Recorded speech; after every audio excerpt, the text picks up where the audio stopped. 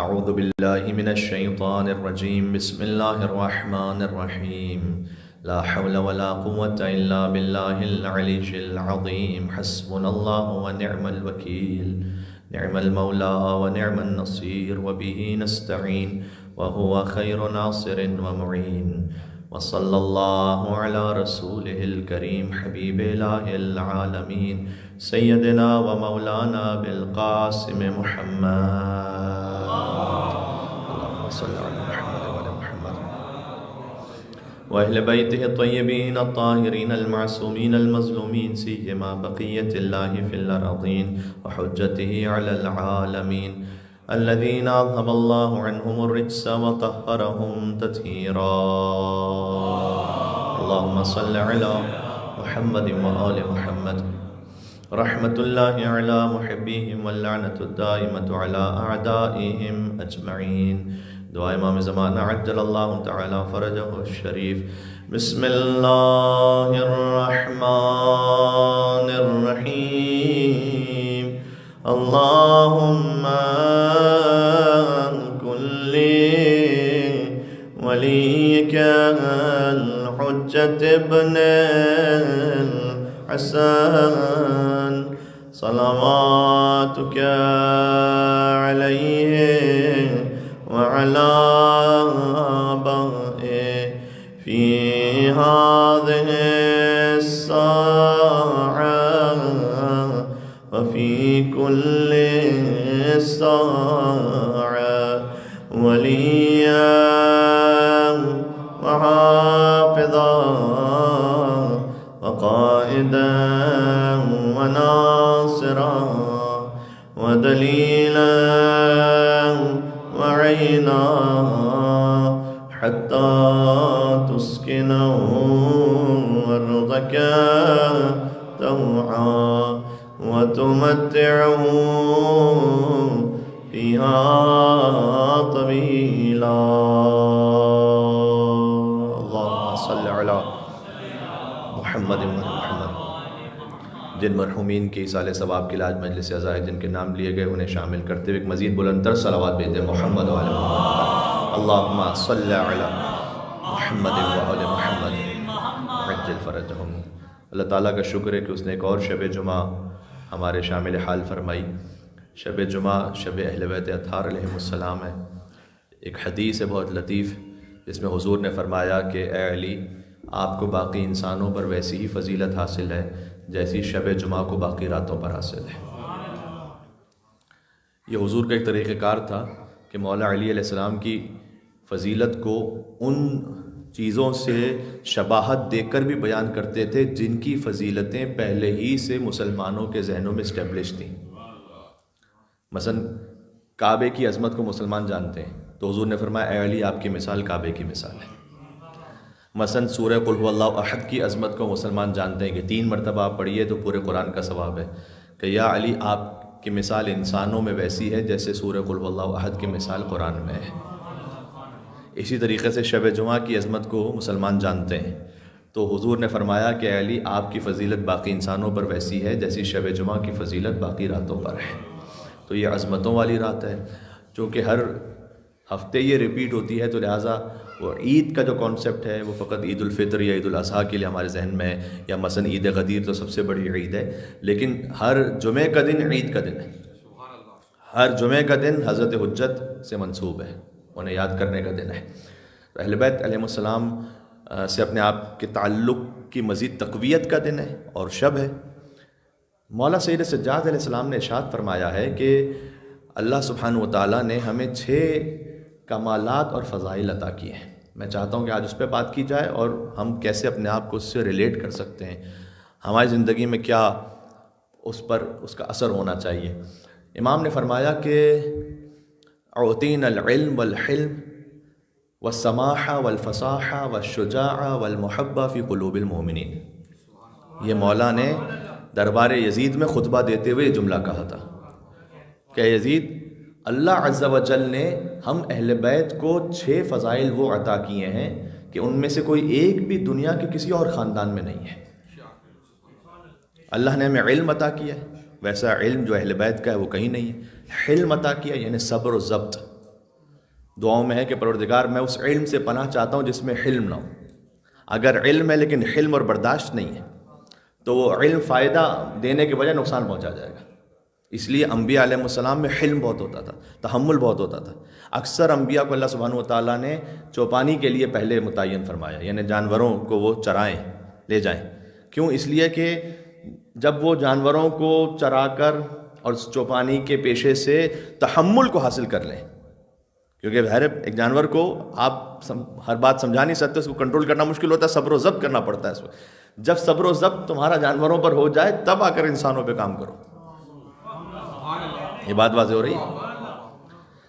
تو اللہ تعالیٰ نے اہل بیت علیہ السلام کو، امام زین العابدین علیہ السلام فرماتے ہیں ان کے نام پر ایک صلوات بھیجے گا محمد و آل محمد پر، اللہم صلی علی محمد و آل محمد، کہ ہمیں علم عطا کیا ہے اور ہمیں حلم بھی عطا کیا ہے، صبر و ضبط، برداشت. کتنا ضبط ہے امام حسین علیہ السلام میں، آپ تصور فرمائیے گا. ورنہ فقط ایک کن فیکون کی دیر ہے کہ پورا لشکر تہس نہس ہو جائے، لیکن حلم ہے امام حسین علیہ السلام میں. علم، حلم، سماحہ. سماحہ کہتے ہیں بلندی، سخاوت. اس کو سخاوت کے معنی میں بھی ترجمہ کیا جاتا ہے، اور سماحت کا مطلب ہے کہ ایک عزت وقار. ان کی شخصیت میں اللہ سبحانہ و تعالیٰ نے ایک ہیبت عطا کی ہے. والفصاحہ، اور فصاحت ہمیں عطا کی ہے. والشجاعہ، شجاعت عطا کی ہے. اب آپ سوچئے گا امام زین العابدین علیہ السلام ہاتھوں میں ہتھکڑیاں، پیروں میں بیڑیاں، اس وقت قید ہیں، لیکن دربار یزید میں کہہ رہے ہیں کہ شجاع ہم ہیں. بظاہر یہ بات اس سے میچ نہیں کرتی بظاہر، لیکن امام صلی اللہ علیہ وسلم سمجھانا چاہ رہے ہیں کہ دیکھو ہم مظلوم ضرور ہیں لیکن مجبور نہیں ہیں. تو ہم مالک و مختار ہیں، ہم شجاع ہیں. اللہ تعالیٰ نے شجاعت ہمیں عطا کی ہے. یہ مصلحت کی تحت اللہ سبحانہ و تعالیٰ کا جو امر ہے اس پہ ہم پابند ہیں. والمحبہ فی قلوب المومنین، بہت غور کیجیے گا. امام نے کہا اللہ نے مومنین کے قلوب میں ہماری محبت عطا کی ہے. دیکھیے کتنی خوبصورت بات ہے. امام نے کہا ہمیں اللہ نے 6 چیزیں عطا کی ہیں. ان 6 میں امام نے 5 امور کا تعلق تو خود ان کی ذات سے، علم ان کے پاس ہے، حلم ان کے پاس ہے، سماحت یعنی سخاوت ان کے پاس ہے، فصاحت ان کے پاس ہے، شجاعت ان کے پاس ہے. لیکن ایک امام نے ایسی شے بتائی جس کا تعلق آپ سے، وہ آپ کے پاس ہے. والمحبہ فی قلوب المومنین، کہ اللہ نے ہمیں جو چھڑی شے عطا کی ہے وہ ہے کہ مومنین کے دلوں میں ہماری محبت رکھی ہوئی ہے. یعنی یزید تو ہم سے تخت خلافت چھین سکتا ہے لیکن تو مومنین کے دلوں سے ہماری محبت کو نہیں نکال سکتا. وہ جو محبت، آپ محبت اہل بیت ہی میں تو تشریف لاتے ہیں نا عرش پہ جمعہ، محبت اہل بیت ہی میں تو تشریف لاتے ہیں امام بارگاہ. تو یہ جو محبت ہے دنیا کے کونے کونے میں دیکھیے گا، جہاں کہیں کوئی مومن پہنچتا ہے سب سے پہلے وہ باتوں باتوں میں پوچھتا ہے کہ ہاں امام بارگاہ کہاں ہے، بالفاظ دیگر مولا کا ذکر کہاں ہو رہا ہے. اور بالخصوص محرم اگر ہو، بالخصوص اگر محرم ہو تو جہاں اگر اس کو ٹریول کرنا پڑ جائے تو پہلے ہی سے معلوم کر کے رکھتا ہے کہ میں مجلس کہاں ہو رہی ہو شہر میں. یہ وہ اہل بیت کی محبت ہے جو اللہ سبحانہ وتعالیٰ نے آپ کے دلوں میں رکھی ہوئی. امام نے کہا یہ محبت قیامت تک باقی رہے گی، اس کو کوئی نکال نہیں سکتا. یعنی تم ہم سے ظاہری تخت و تاج لے سکتے ہو، خلافت لے سکتے ہو، تم ہمیں زندان میں ڈال سکتے ہو، لیکن مومنین کے دلوں سے ہماری محبت کو تم نہیں چھین سکتے. بس شرط یہ ہے کہ کوئی مومن ہو. مومن ہونے کی علامت ہوتی ہے عزیزوں. آپ نے مباہلہ کا واقعہ ہزاروں مرتبہ سنا ہے، فضائل کے باب میں سنا ہے، لیکن اس کو اس طرح سے بھی سنیے گا. جب نجران کی عیسائی آئے تھے نا، تو انہوں نے حضور سے جب مکالمہ ہوا ان کا، تو انہوں نے یہ منصوبہ بنایا ہوا تھا کہ ہم نجران سے، اس زمانے میں کوئی لائیو ٹیلی کاسٹ تو ہو نہیں رہا تھا کہ حضور سے ہم کیا بات کر رہے ہیں، ہم کوئی نیوز میں بھی نہیں آئے گا، ہم جائیں گے. کیونکہ خبر پہنچی تھی کہ ایک رسول آئے ہیں جس نے دعویٰ کیا ہے رسالت کا کہ میں رسول ہوں اور عیسیٰ کے بعد میں خاتم ہوں. تو وہاں لوگوں میں بڑی ایمبیگوٹی تھی کہ واقعی یہ رسول ہے یا نہیں. تو کچھ لوگوں نے گروپ بنایا، انہوں نے کہا کہ پادریوں نے کہ ہم جائیں گے وہاں جا کے گفتگو کریں گے، آ کے واپس کہہ دیں گے کہ ہم نے اس شخص سے گفتگو کی، ہم تو مطمئن نہیں ہو پائے، ہمیں لگتا نہیں کہ وہ رسول ہے، تاکہ ہماری حاکمیت قائم رہے. تو انہوں نے اس طرح کا منصوبہ بنایا تھا. وہ آتے تھے، آ کر لج بازی کرتے تھے، بحث کرتے تھے، اور آخری دن جب اٹھ کے جانے لگے کہ ہمیں تو کچھ نہیں سمجھ میں آ رہا، تو قرآن نے انہیں روک لیا اور کہا فمن حاجک فیہ من بعد ما جاءک من العلم فقل تعالوا ندعو ابناءنا وابناءکم ونساءنا ونساءکم وانفسنا وانفسکم ثم نبتہل فنجعل لعنۃ اللہ علی الکاذبین. ایسے کہاں جا رہے ہو؟ اے رسول ان سے کہہ دیجئے کہ اگر علم آ جانے کے بعد بھی کوئی کٹ حجتی کرتا رہے تو ان سے کہو کہ جاؤ تم اپنے بیٹوں کو لاؤ، اپنے بیٹوں کو لاتے ہیں، تم اپنی عورتوں کو لاؤ، اپنی عورتوں کو لاتے ہیں، تم اپنے نفسوں کو لاؤ، اپنے نفسوں کو لاتے ہیں، پھر جھوٹوں پر مل کر اللہ کی لعنت کو طلب کرتے ہیں. موبائلہ مجھے اس وقت نہیں سنانا، وہ انشاءاللہ جشن عید موبائلہ میں اگر توفیق رہی اور حیات رہی تو میں تو یس کر رہا ہوں کہ اس وقت جب انہوں نے آئے نا حضور سے گفتگو کرنے کے لیے، تو حضور نے کہا تم کون ہو؟ تو انہوں نے کہا کہ ہم حضرت عیسیٰ علیہ السلام کے ماننے والے ہیں. تو حضور نے اس وقت کہا کہ اگر تم واقعی عیسیٰ کے ماننے والے ہو تو تم میں کوئی علامت تو نظر نہیں آتی عیسیٰ کی. اس واقعے کو پڑھ کے میں یہ سوچتا رہا کہ ہم قیامت میں پہنچے اور ہم کہیں مولا علی علیہ السلام سے کہ ہم آپ کے ماننے والے اور محب ہیں، اور انہوں نے پلٹ کر سامنے سے کہا کہ تم ماننے کا دعویٰ تو کر رہے ہو لیکن کوئی علامت تو نظر نہیں آتی. کیونکہ رسول اللہ نے ان کے دعوے کو قبول نہیں کر لیا ایسے ہی کہ انہوں نے کہہ دیا کہ ہم عیسیٰ علیہ السلام کے ماننے والے ہیں تو قبول ہو گیا دعویٰ. حضور نے کہا تم میں کوئی علامت ہے، کوئی سائن ہے؟ عیسیٰ علیہ السلام تو زاہدانہ زندگی گزارتے، تم نے تو سونے اور چاندی کا زرق برق لباس پہنا ہوا، یہ کون سی علامت ہے؟ بات واضح ہو رہی؟ تمام صاحبان ایمان کے احترام رکھتے ہوئے بہرحال ایک علامت وہ بھی ہے کہ جو چہرے پر ہے. امیر المومنین علی ابن ابی طالب علیہ السلام اور تمام ائمہ علیہ السلام کے چہرے پر ایک علامت تھی. اے نوجوان دوست، وہ دین نہیں جس دین میں عمل پہ کامل یقین نہیں. اکبر کے ریش تھی تجھے داڑھی ہے ناگوار، لیلا کے چاند سے تو زیادہ حسین نہیں. اللہم صلی علی محمد و علی محمد. تو بہرحال علامت ہے. ایمان کی کوئی علامت ہے؟ کچھ ہے ظاہری علامتیں، وہ بھی اہم ہے. کچھ ہیں جو فاؤنڈیشن سٹون کی حیثیت رکھتی ہیں. حضور ایک مقام سے گزر رہے تھے، چند لوگ بیٹھے ہوئے تھے. حضور نے کہا من انتم، تم کون ہو؟ انہوں نے کہا نحن مومنون، ہم ایمان رکھنے والے. بہت بڑا دعویٰ تھا رسول اللہ کے سامنے. حضور نے کہا تم نے بہت بڑا دعویٰ کیا، ما حقیقت و ایمانکم، تمہارے ایمان کی کوئی حقیقت ہے، کوئی علامت ہے تمہارے پاس؟ انہوں نے کہا کہ ہمارے پاس 3 علامتیں کہ ہم مومن ہیں. پہلی علامت، غور کیجیے گا، ہم خدا کی رضا پر راضی رہتے ہیں. دوسرا، اپنے امور کو خدا کی ذات پر تفویض کر دیتے ہیں، یعنی پوری کوشش کر لینے کے بعد نتیجہ اس کے اوپر ہے جیسا وہ چاہے. سبحان اللہ.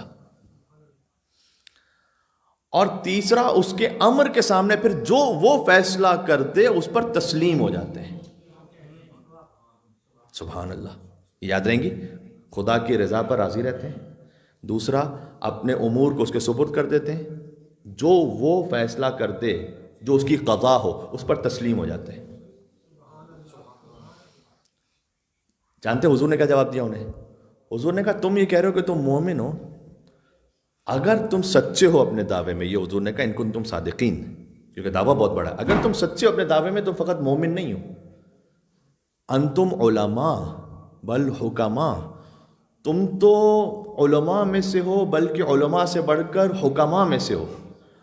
اور کادوا ان یکن من حکمت الانبیاء، بہت نزدیک ہے کہ تم انبیاء کی حکمت کے پاس پہنچ جاؤ. اتنی بڑی بات ہے. اگر تم میں واقعی علامت ہے اور تم واقعی سچے ہو اپنی بات میں، تو تم تو انبیاء کے قریب ہو. یہ اتنی بڑی صفت ہے، اپنے امور کو خدا کے سپرد کرنا، اس کی قضا پر تسلیم ہو جانا. پڑھ لینا میرا آسان ہے، سن لینا آپ کا آسان ہے، لیکن عمل کرنا پوری زندگی پر محیط آسان نہیں.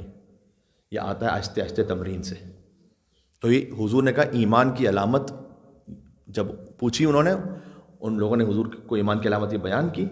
یہ بہت اہم ترین، یہ آپ کی زندگی کے تمام معاملات پر محیط ہے. اور ابھی رمضان المبارک بھی شروع ہو جائے گا. رجب گزر گیا دیکھتے ہی دیکھتے، شعبان آدھے سے زیادہ گزر گیا، اور ایسا لگے گا کہ آپ پلک جھپکتے ہی اب رمضان میں داخل ہو جائیں گے. وقت نہیں بچا زیادہ. تو رمضان خاص وہ مہینہ آ رہا ہے.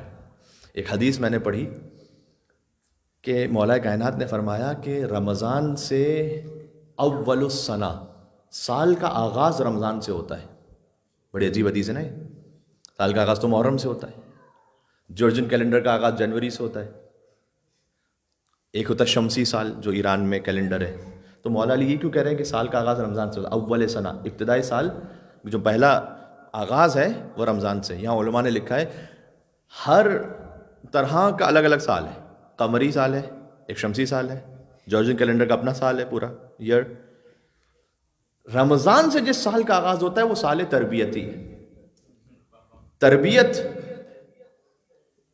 کے پہلے اس پورے کیلنڈر میں تربیت کے پہلے مہینے کا نام رمضان ہے.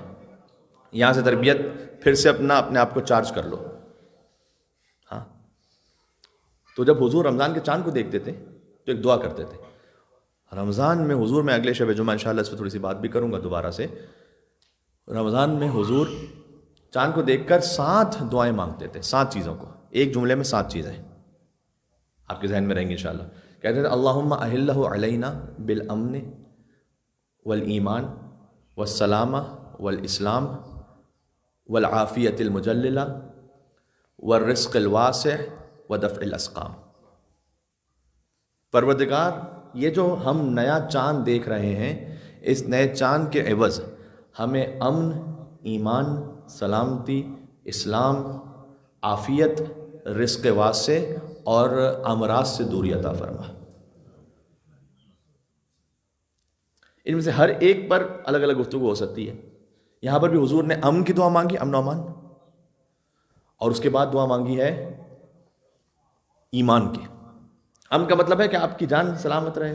سب سے پہلے تو یہ کہ آپ رہ رہے، آپ کا وجود باقی رہے. پاکستان میں ایسے بھی حالات رہے اور بھی دنیا میں بعض مقامات پر جب رمضان بھی آیا تب بھی امن نصیب نہیں ہو سکا. 2010 کا آپ کو رمضان اگر یاد ہو تو لاہور میں 21 رمضان کے جلوس میں بم بلاسٹ ہوا جس میں سینکڑوں مومنین کی شہادتیں ہوئیں. اسی سال یوم القدس پر کوئٹہ میں بلاسٹ ہوا، اس میں 70 سے اوپر مومنین کی شہادتیں ہوئیں. جناب امجد صابری صاحب کی شہادت رمضان کے مہینے میں ہوئی. تو حضور نے دعا مانگی تھی کہ پروردگار، اس رمضان کے نئے چاند کو دیکھ کر میں تجھ سے پہلی دعا کرتا ہوں کہ تو رمضان میں ہمیں امن و امان نصیب فرما، والایمان، اور ایمان عطا کر. یعنی جو ایمان ہے وہ ایمان محکم رہے ہمارا. بات واضح ہو رہی؟ اچھا، جس کے پاس ایمان ہے اس کے پاس 3 صفتیں ہیں. حدیثیں ہی سنا رہا ہوں ایک کے بعد ایک میں آپ کی خدمت میں. حضور نے کہا کہ جسے اللہ ایمان عطا کرتا ہے اسے 3 نعمتوں سے سرفراز کرتا ہے: العز فی الدنیا والآخرہ، والفلج فی الدنیا والآخرہ، والمہابہ فی صدور الظالمین. پہلا، اسے دنیا اور آخرت میں اللہ عزت عطا کرتا ہے جس کے پاس ایمان ہے. سبحان اللہ، جب ایمان رکھنے والے کو اللہ عزت عطا کرتا ہے تو جو امیر المومنین ہے جس کے صدقے میں ایمان ہے، اللہ اکبر. مل کے صلوات بیت نام امیر المومنین حیدر کرار علی شیر نبی طالب علیہ السلام. اللہم صلی علی محمد و محمد. ان کی تربیت کے لیے ایک نعرہ ہی لگاتے ہیں آپ وہیں سے بیٹھے بیٹھے.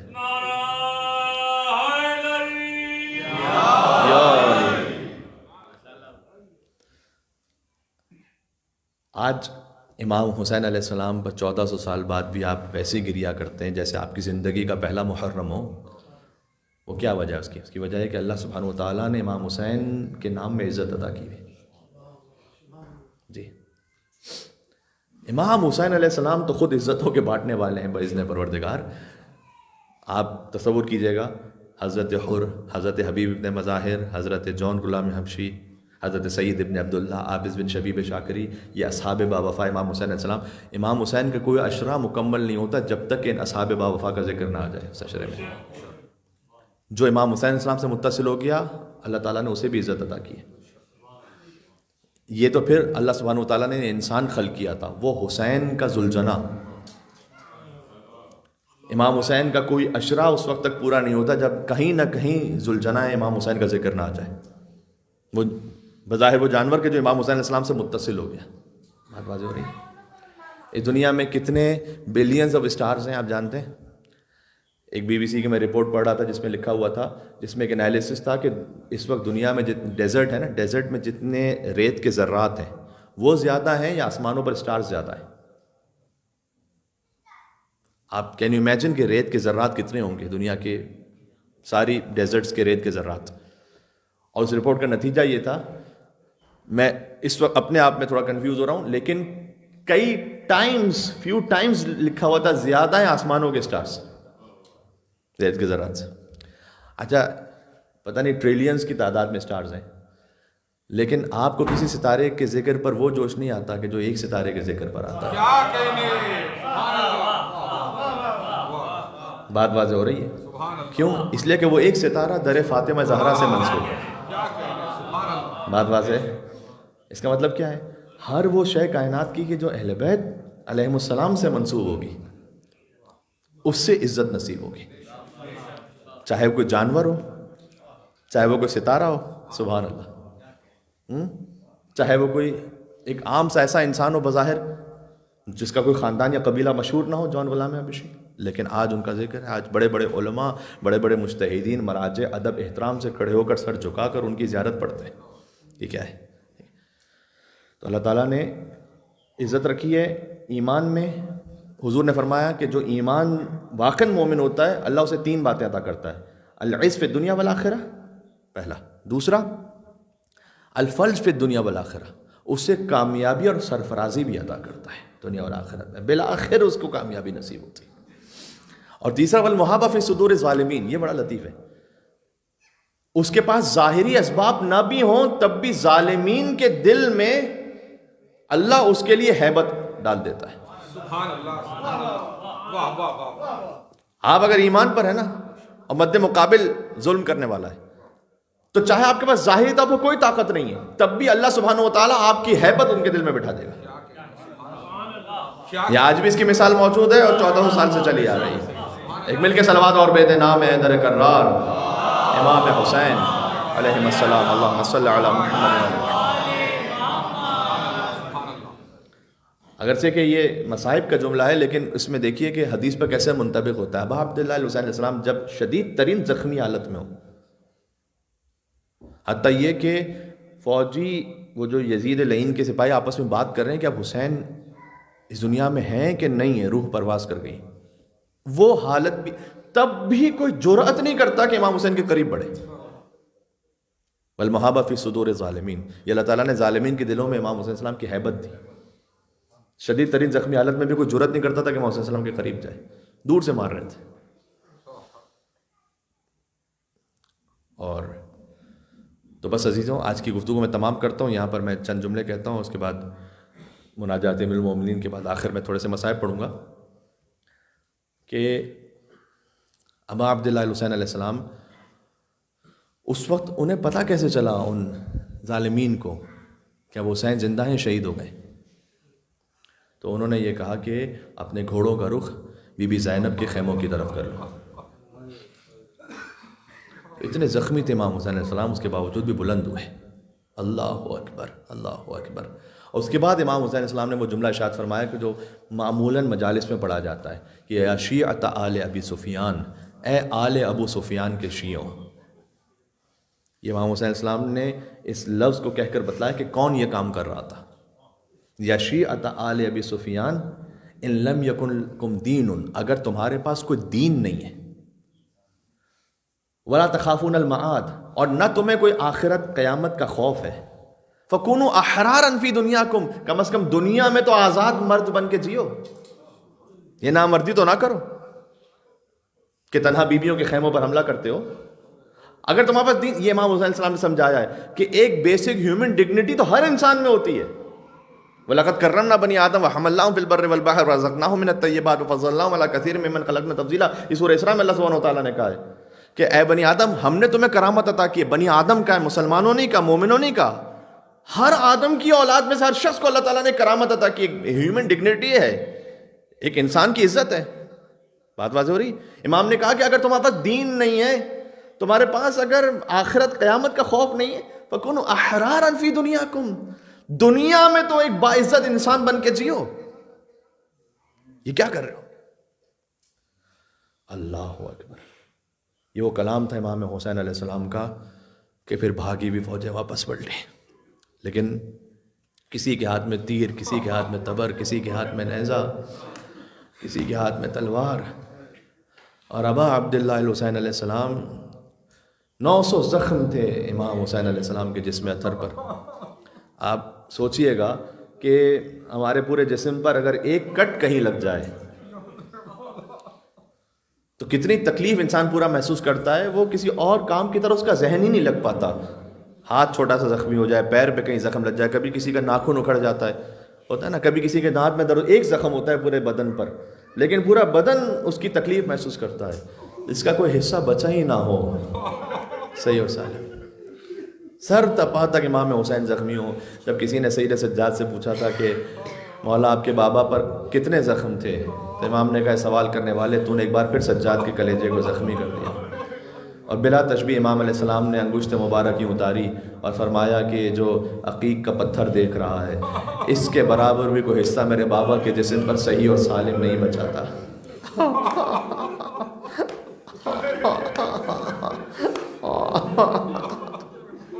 اتنا حصہ بھی کوئی صحیح اور سالم نہیں بچا تھا۔ ظالموں نے، میں آخر میں جملہ کہہ کے میں مناجات امیر المومنین شروع کرنے لگا ہوں، آپ سے گزارش ہے کہ میرے ساتھ پڑھیے گا اپنے گیجٹس موبائل پہ نکال کے۔ ظالموں نے امام حسین کے لاشے کا وہ حال کر دیا کہ بیٹی باپ کے لاشے کو پہچان نہ سکے، بیٹی باپ کے لاشے کو نہ پہچان سکی اور فریاد کرتی رہی کہ بابا کہاں ہیں آپ بابا؟ تو بے سر کے لاشے سے آواز آئی الیہ الیہ یا بنیہ، ہائے ہائے ہائے، ہے میری سکینہ تیرا بابا حسین وہاں ہے۔ میں نے ایک ایرانی عالم سے سنا ہے، اور ایک اور بزرگ عالم غالباً جو اس وقت میرے ذہن میں، حضرت علامہ طالب جوہری صاحب علی اللہ مقام، اور میں ان پر اعتماد کرتے ہوئے کہ مصائب کی کتاب میں جملہ ہوگا تو میں پڑھ رہا ہوں، انہوں نے کہا کہ جب بی بی سکینہ پہنچی تو سینہ اتھر پر جگہ نہیں بچی تھی کہ بی بی سو سکیں۔ کیا مظلومیت کا عالم ہے کہ بیٹی باپ کے پیروں پر سر رکھ کر سو گئی۔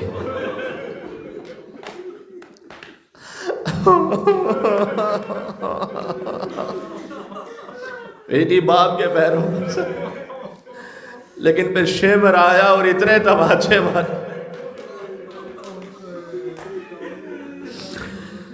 بچی نے کہا میں صرف اس لیے بیٹھی ہوں کہ اگر کوئی کاروان گزر رہا ہو یہاں سے تو میں اس سے کہوں کہ میں حسین کی بیٹی ہوں، میرے بابا کا لاشا بے گور و کفن ہے، کوئی میرے بابا کے لاشے کو دفنا دے۔ صلی اللہ علیہ یا ابا عبداللہ، السلام علیک یا ابن رسول اللہ، السلام علیک یا ابن امیر المؤمنین، السلام علیک یا ابن فاطمہ الزہراء، اے فاطمہ کے فرزند سیدۃ النساء العالمین۔ آپ پر درود و سلام ہو۔ آپ سے گزارش ہے کہ قبلہ رخ ہو جائیں اور مولا علی علیہ السلام کی تعلیم کردہ ان مناجات کو پڑھیں شب جمعہ۔ سبحان اللہ، بسم اللہ الرحمن الرحیم، اللہم انی اسألک الامان یوم لا ينفع مال ولا بنون الا من اتى اللہ بقلب سلیم۔ ترجمے پر توجہ کیجئے گا۔ واسألک الامان یوم یعض الظالم علی یدیہ یقول یا لیتنی اتخذت مع الرسول سبیلا۔ واسألک الامان یوم یعرف المجرمون بسیماہم فیؤخذ بالنواصی والاقدام۔ واسألک الامان یوم لا یجزی والد عن ولدہ۔ پروردگار اس دن سے پناہ چاہتا ہوں جس دن نہ باپ اپنے بیٹے کے کام آ سکے گا، نہ اولاد اپنے ماں باپ کے کام آئے گی۔ ولا مولود هو جاز عن والدہ شیئا ان وعد اللہ حق۔ واسألک الامان یوم لا ينفع الظالمین معذرتهم ولهم اللعنة ولهم سوء الدار۔ واسألك الامان یوم لا تملك نفس لنفس شيئا والأمر يومئذ لله۔ واسألك الامان یوم یفر المرء من اخیہ وامہ وابیہ۔ کتنا سخت دن ہوگا جب جس دن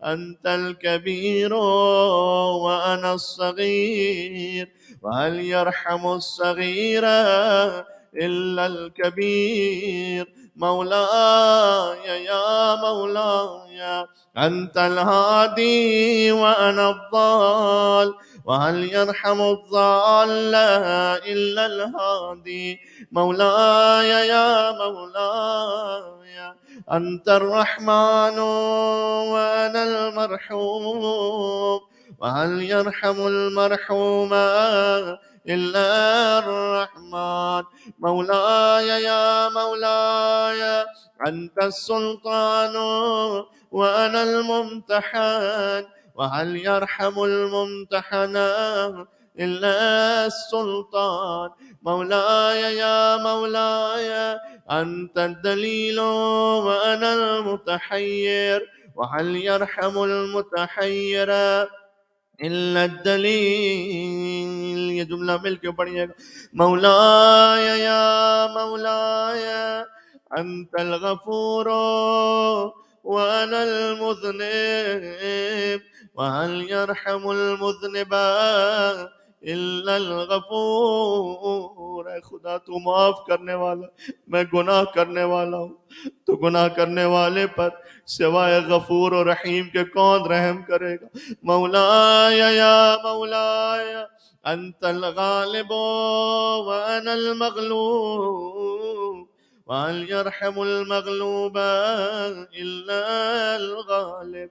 مولاي يا مولاي أنت الرب وأنا المربوب وهل يرحم المربوب إلا الرب. مولاي يا مولاي أنت المتكبر وأنا الخاشع وهل يرحم الخاشع إلا المتكبر. مولاي يا مولاي ارحمني برحمتك وارض عني بجودك وكرمك وفضلك يا ذا الجود والإحسان والتول والامتنان برحمتك يا أرحم الراحمين. اللهم صل على محمد و آل محمد. بس شب جمعہ چاہتے تھے کہ کم از کم کوئی ایک اہل بیت علیہ السلام کی دعا ہم اجتماعی طور پر پڑھ لیں. اس کی روحانیت بھی ہے، معنویت ہے. حدیث میں آیا ہے، ابھی ہم نے اپنے گناہوں کو یاد کر کے معافی مانگی ہر ایک نے اپنے اپنے دل میں. حدیث میں آیا ہے کہ جب ایک بندہ گناہ کرنے کے بعد توبہ کرتا ہے تو اللہ ویسے ہی خوش ہوتا ہے، اتنا ہی خوش ہوتا ہے جیسے ایک ماں کی اگر اولاد کہیں گم ہو گئی ہو تو ماں اپنی گمشدہ اولاد کو پا کر جیسے خوش ہو جاتی ہے نا. حالانکہ اللہ کو کیا ضرورت ہے، وہ ہم سے غنی ہے، بے نیاز ہے، لیکن جیسے ماں اپنے گمشدہ بچے کو پا کر خوش ہو جاتی ہے ویسا اللہ اپنے بندے کو جب وہ توبہ کر رہا ہوتا ہے دیکھ کر خوش ہو جاتا ہے اللہ کہ بندہ واپس آ گیا. اسحاق ابن عمار ہیں، انہوں نے چھٹے امام سے کہا کہ مولا میں جب اپنے گناہوں پر توبہ کرنا چاہوں تو میں رو نہیں پاتا، تو میں کیا کروں؟ امام نے کہا کہ کیا تیری ماں زندہ ہے یا نہیں ہے؟ اگر تیری ماں کی وفات ہو گئی ہے تو تو انہیں یاد کر کے گریہ کر، اللہ تیری ماں پر گریہ کے صدقے میں تجھے معاف کر دے گا. جو اپنی عام مومنہ ماں پر روئے اللہ اسے معاف کر دیتا ہے. تو جو حسین کی ماں فاطمہ زہرا پر ہو جائے، جو اللہ اکبر علی اصغر کی ماں ام رباب پر ہو جائے، جو اون و محمد کی ماں زینب کبریٰ سلام اللہ علیہا پر ہو جائے. عزیزوں، مسائب پہلے بھی کچھ ہو گئے اور میں اسی تسلسل میں ایک جملہ کہہ دوں تاکہ اختتام پر بس ہم زیارت وارثہ پڑھیں گے. پھر مجھے نہیں معلوم امام حسین علیہ السلام کتنے پیاسے تھے، لیکن اتنا جانتا ہوں کہ 35 سال بعد بھی جب بیمار امام کے سامنے پانی آتا تھا تو آنکھوں سے آنسو جاری ہوتے تھے.